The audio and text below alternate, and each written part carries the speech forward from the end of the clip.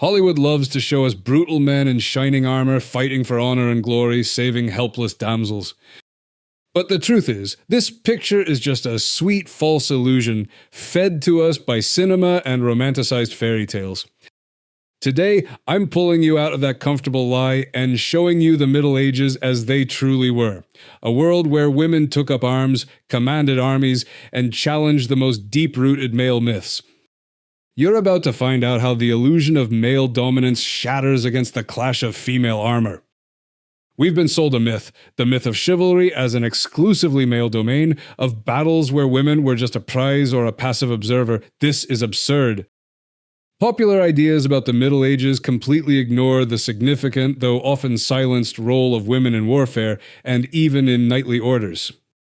The historical chronicles, so carefully hidden from us, scream the very opposite. Forget the Hollywood cliches.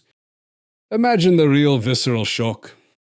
If you were there, on the battlefield, chaos screams, the smell of sweat, blood, and fear, the clash of steel shaking the earth. And then, through the thick of the fight, you see her, a woman. Clad in full, shining armor, the same steel as any male warrior. Her face isn't scared, it's full of determination.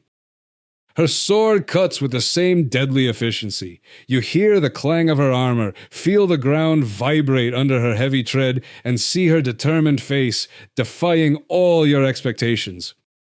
And in that moment, the world you knew, the world fed to you by movies and fairy tales, begins to crumble. This isn't fantasy, this is reality. Yes, formally women couldn't hold the title of knight.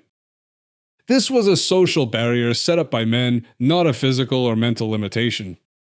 But what stopped them from being knights in essence, from performing their duties even without the label? Absolutely nothing! Many noble ladies, countesses, and queens were part of knightly orders fulfilling the function of women knights without formal recognition. They financed, organized, and led troops during wartime when their husbands, fathers, or brothers were away or dead. This wasn't just commanding from the castle, this was active participation, making strategic decisions, and leading military campaigns. Documents confirm that high-born women put on armor and personally led their troops. We aren't talking about costumes or symbolic gestures, we're talking about combat, personal bravery, and strategic talent. What's more, even in organizations as harsh and closed off as the knightly orders, women found their place. The Knights Templar and the Teutonic Knights, these pillars of male chivalry, accepted women into their ranks. Yes, they weren't brother knights in the literal sense, but they were sister knights, holding significant power and influence, performing vital functions, including defending lands and commanding garrisons. This is the brutal, visceral truth that Hollywood carefully hides to protect its comfortable illusion. The title knight was just a social construct, an empty formality, not a biological restriction. Women bypassed this limit simply by doing the same work, showing the same valor, the same ferocity in battle. They proved that courage, leadership, and the warrior spirit have no gender. This wasn't a female version of chivalry. This was chivalry as it should have been, without gender caveats and absurd social barriers. But were these just isolated, exotic cases that historians occasionally noted? Or, hidden by history, was there an entire army of forgotten heroines ready to defend their homes and families with weapons in hand, creating their own orders, and challenging every male concept of war? Get ready, because what you're about to learn will change your perception of the Middle Ages forever. The answer to your question is a resounding no. These were not isolated cases, hidden beneath the romanticized lies of Hollywood and the silence of chroniclers. There was an entire army of women warriors. They didn't just defend themselves, they actively saved their cities, their families, defying the most powerful enemies. The women of the Middle Ages were not passive victims, they were fierce protectors, and they earned the recognition that our false myth has denied them for so long. Get ready, because the story I'm about to tell you is so brutal, so visceral, it will shatter your cozy illusion of the weaker sex. Picture the siege of Tortosa, Spain in the mid-12th century. The Moors have surrounded the city. Their armies are vast, their resolve unshakable. The male defenders have lost heart, ready to surrender. The smell of smoke and fear hangs in the air, mixed with the acrid stench of sweat and blood. You hear the clash of enemy armor outside the walls, their battle cries promising agony. But then something incredible happens. The women of Tortosa climb the walls. They are not in the elegant dresses cinema loves to show us. They are dressed in rough men's clothing, holding not embroidery, but swords, axes, and farm tools turned into deadly weapons. You hear that clash, not steel on steel, but the sound of farming tools crashing against the invaders' steel. You see their faces, not frightened, but distorted with rage, determined to protect their homes and children. They throw themselves into the fight, repelling assault after assault, not yielding a single inch until the enemy retreats, broken by their incredible courage. This isn't a legend, this is history that has been passed down. For this unprecedented valor, the women of Tortosa were given a unique, astonishing honor. The Order of the Hatchet was founded in their name. Yes, you heard right, a real knightly order, but created specifically for women. This order granted them unprecedented privileges. They could inherit titles and lands without male intermediaries, they were exempt from taxes, and they were allowed to wear men's clothing and even marry multiple times while keeping all their rights. This was a direct public recognition of their warrior status, their incredible strength, and their contribution to the city's survival. And this isn't an isolated case you can write off as local folklore. Let's move to another battlefield, the Siege of Jerusalem in 1187. Here, the myth of the passive woman breaks with even greater force. You're standing on the walls of Jerusalem, feeling the hot wind carry dust and the screams of battle. Saladin's enemy presses in. There aren't enough male defenders. But look, you see women swarming the walls. There aren't just many of them, there are 50 times more women than men. They aren't hiding in cellars. They are organized into combat units. They pass water, stones, arrows. They patch breaches in the walls, their faces twisted with determination, their cries mixing with the battle cry. They don't just repel assaults, they conduct raids. These women, armed with whatever they could find, charge Saladin's siege engines, destroying them, undermining the enemy's morale. They weren't just helpers, they were frontline fighters, without whom Jerusalem would have fallen much sooner. Formal knightly orders were created for women, recognizing their warrior status and valor. This wasn't just a women's club. It was official, state recognition that women were capable of warfare, equal to, and sometimes better than men. This completely contradicts the myth of exclusively male chivalry, the idea that a woman is just a fair lady waiting to be rescued. They weren't waiting for salvation, they were the salvation. But what if women didn't just defend themselves, didn't just save their cities? What if they actively commanded armies, challenging the most powerful men of their time and changing the history of entire kingdoms? Get ready, because the next chapter will show you the Iron Queens who ruled not only hearts, but battlefields. You thought women only defended cities? That they were only partially involved in war? That's another comfortable lie fed to us by romanticized tales. Get ready for the brutal truth. Women in the Middle Ages didn't just hold the line. They actively commanded armies, developed strategies, and led campaigns, doing so with such ferocity and efficiency that many of their male contemporaries could only be jealous. The myth of the weaker sex, incapable of military leadership, is about to be torn to shreds.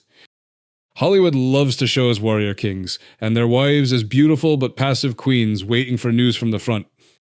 This is absurd. Let me teleport you right into the heart of one of history's bloodiest pages, the War of the Roses. You are standing on a windswept, muddy battlefield somewhere in 15th century England. The cold, piercing wind rips at the banners, carrying the smell of earth, fear, and impending death. Next to you is not a king, but Queen Margaret of Anjou. She isn't hiding behind her soldiers. Her gaze is sharp, piercing, merciless. You hear her sharp, precise commands cutting through the chaos of battle like a blade. She personally directs the Lancastrian commanders, her tactical decisions instant and deadly. She doesn't just inspire, she acts. And now, on her order, an ambush unfolds, perfectly planned, ruthlessly executed. The Duke of York, one of the most powerful men in England, and 2,500 of his men are killed. You see the fear in her enemy's eyes, realizing that before you stands not just a queen, but a ruthless, brilliant military strategist capable of turning the tide of a war. This isn't feminine softness, this is steel. This woman, often portrayed in movies as just a tragic queen, was a brutal and effective warlord. She didn't just give advice. She made decisions, organized troops, and planned offenses and ambushes. Her actions didn't just influence campaigns, they changed the course of the war, sending thousands of men to their deaths and deciding the fate of kingdoms. That doesn't quite fit the romanticized image of a damsel in distress, does it? But Margaret wasn't the only one. The myth that a woman cannot command a fortress or an entire army shatters at the mention of Nicola de la Haye. Imagine yourself inside Lincoln Castle, besieged for 40 days. The enemy presses in, the walls shake from the blows of siege engines, hunger and thirst wear down the defenders. But the castle holds. Why? Because its castellan, its commander, was a woman, Nicola de la Haye. She wasn't just looking after the castle, she commanded 30 knights and hundreds of infantry, organized the defense, led raids, and maintained morale. Her resilience and strategic mind were so astounding that the castle held, and her name went down in history as a symbol of unbending will. And what about Matilda of Canossa, known as the Great Countess? This woman commanded numerous military campaigns for over 40 years against the Emperor Henry IV himself. 40 years! This isn't a brief appearance. This is a lifetime dedicated to war and strategy. You see her, aging but unbent on horseback, leading her troops through mountains and valleys, her face weathered, but her eyes burning with resolve. She is the living refutation of any myth about female inability for long-term, large-scale military leadership. Her armies were her will, her victories were her intellect. And of course, we cannot forget Isabella of Castile, one of the most powerful monarchs in Spanish history. Hollywood loves to show her as a wise queen, but rarely as a commander-in-chief. Yet Isabella personally commanded armies in the field. She didn't just approve plans, she developed them, directed sieges, and made decisions that determined the fates of entire provinces and peoples. She wasn't just a queen, she was a general, whose tactical mastery led to the unification of Spain and the end of the Reconquista. These women were not just figureheads, faces on the throne while men did the fighting. They were brutal, effective military strategists whose actions changed the course of wars and the fates of kingdoms. They led not only with their hearts, but with their minds, with the blade and the shield, completely destroying the idea of a weaker sex incapable of wartime leadership. These aren't just facts, this is the truth, grinding centuries of forced illusions into dust.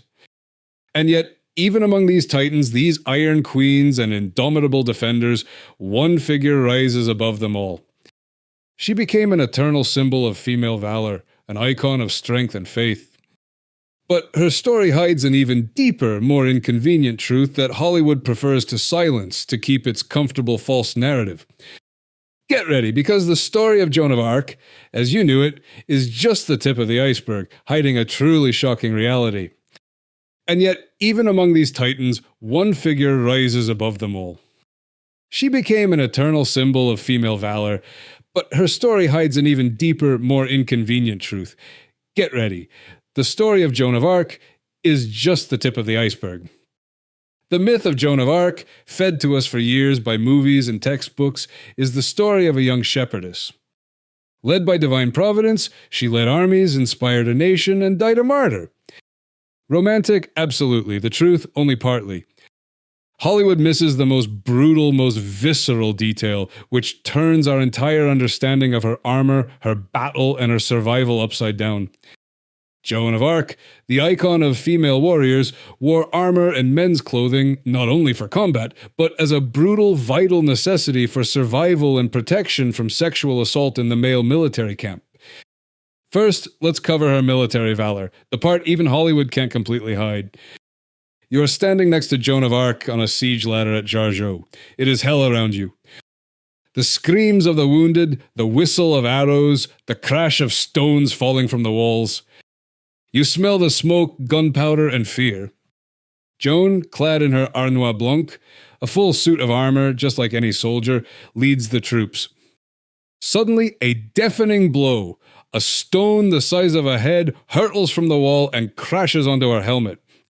You feel the earth shake, you see her fall, her body sliding limply down the ladder. For a moment, everything stops. Agony. But immediately, with incredible willpower, she rises, her voice cutting through the roar of battle, inspiring the soldiers once more. She was wounded by an arrow at Orléans, and took a stone to the head at Jargeau that shattered her helmet. This wasn't a symbolic battle, this was a real bloody fight for survival, where steel was her only defense. This proves her physical courage, her leadership, her fearlessness. But now, let's dive into the part of her story that romanticized myths prefer to ignore because it's too uncomfortable, too real. Imagine yourself in a medieval military camp. This is no place for ladies, no place for romance. It is a dirty, chaotic, brutal space filled with thousands of men, soldiers, mercenaries, camp followers. The smell of sweat, filth, alcohol, and raw ambition hangs in the air. In this world, a woman, especially a young unmarried one, was a constant target. You see the stares, you feel the threat that comes not from enemy arrows, but from your closest allies. And here, you realize the shocking truth. The men's clothing and the steel armor were not just a uniform for battle, they were her only protection from the constant, terrifying threat of sexual violence, which had nothing to do with the battlefield. At her trial facing the Inquisitors, Joan of Arc herself stated directly, her men's clothing served as protection from sexual assault. She understood that this was the only way she could maintain her honor and her safety in this brutal male world. Her virginity was so important that she was called the Maid, and even the male comrades who were with her in the most dangerous moments testified to the divine protection of her purity. This wasn't just an admission of her holiness, it was an acknowledgement of the reality of the threat that surrounded her every day. She chose men's clothing and armor, not on a whim, but out of a brutal necessity for survival. It was her shield, not just from the enemy's swords, but from a far more insidious, humiliating, and constant horror. Her armor was not only a symbol of power and a means of protection in combat, but also a vital barrier against the daily, terrifying reality of sexual violence in a medieval military camp. This is the brutal, visceral truth that romanticized myths completely ignore, preferring to show us only the gleam of steel and heroic deeds, while hiding the true price that women warriors had to pay for their place in a man's world. But even with this shocking truth, we are only beginning to understand the true scale of how mass misconceptions have distorted history, robbing us of an entire pantheon of women warriors. The movies have shown us only a tiny, polished, and comfortable fraction. Get ready, because in our final chapter, we will assemble all these fragments of truth and see the full picture. A picture that will forever change your perception of medieval women and their place in history. We have walked through the layers of Hollywood lies and romanticized fairy tales, shattering myth after myth. We saw how Joan of Arc not only fought, but survived the hell of a military camp.